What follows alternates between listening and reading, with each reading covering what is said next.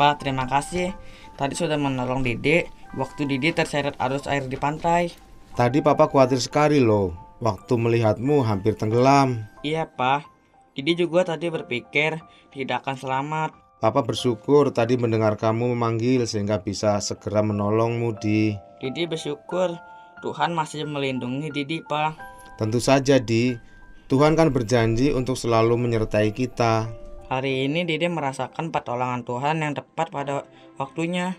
Itulah sebabnya kita harus selalu mengandalkan Tuhan, Di.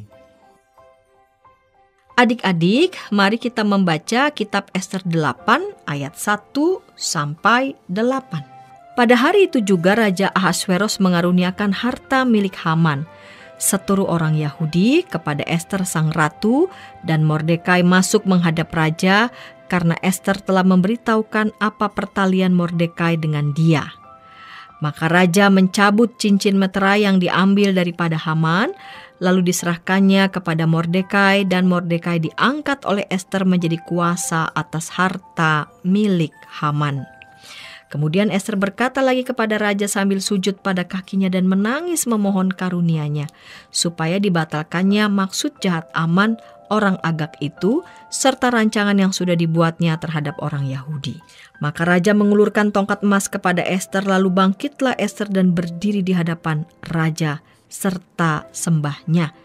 Jikalau baik pada pemandangan raja dan jikalau hamba mendapat kasih raja, dan hal ini kiranya dipandang benar oleh raja dan raja berkenan kepada hamba, maka hendaklah dikeluarkan surat titah untuk menarik kembali surat-surat yang berisi rancangan Haman bin Hamedata orang Agag itu, yang ditulisnya untuk membinasakan orang Yahudi di dalam semua daerah kerajaan. Karena bagaimana hamba dapat melihat malapetaka yang menimpa bangsa hamba, dan bagaimana hamba dapat melihat kebinasaan sanak saudara hamba?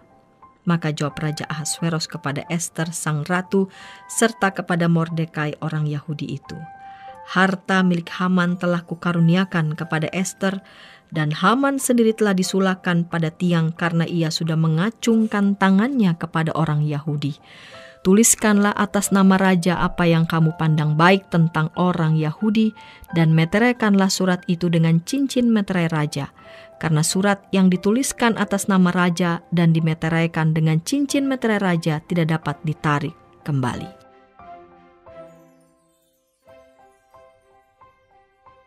Ester melaporkan Haman tentang rencananya membunuh orang Yahudi.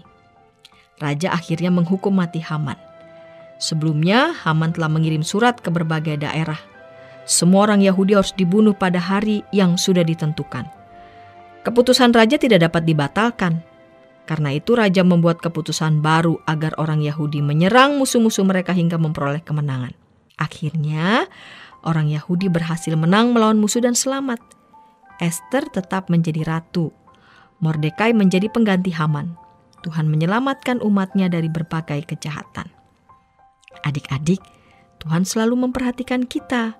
Kita ini anak-anaknya. Ia tidak akan tinggal diam melihat kesusahan kita. Pertolongannya pasti tepat pada waktunya. Karena itu, tetaplah mengandalkan Tuhan senantiasa. Mari berdoa. Bapa di surga, lindungilah aku dari segala kejahatan. Aku berserah kepadamu. Dalam nama Tuhan Yesus, aku berdoa. Amin.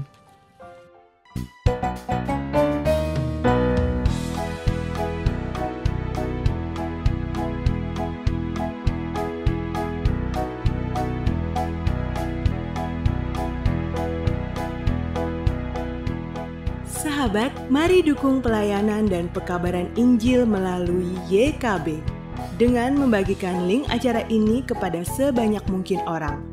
Dukungan juga dapat saudara lakukan dengan mentransfer dukungan finansial ke rekening BCA ke nomor 450 305 2990 450 305 2990 atas nama Yayasan Komunikasi Bersama.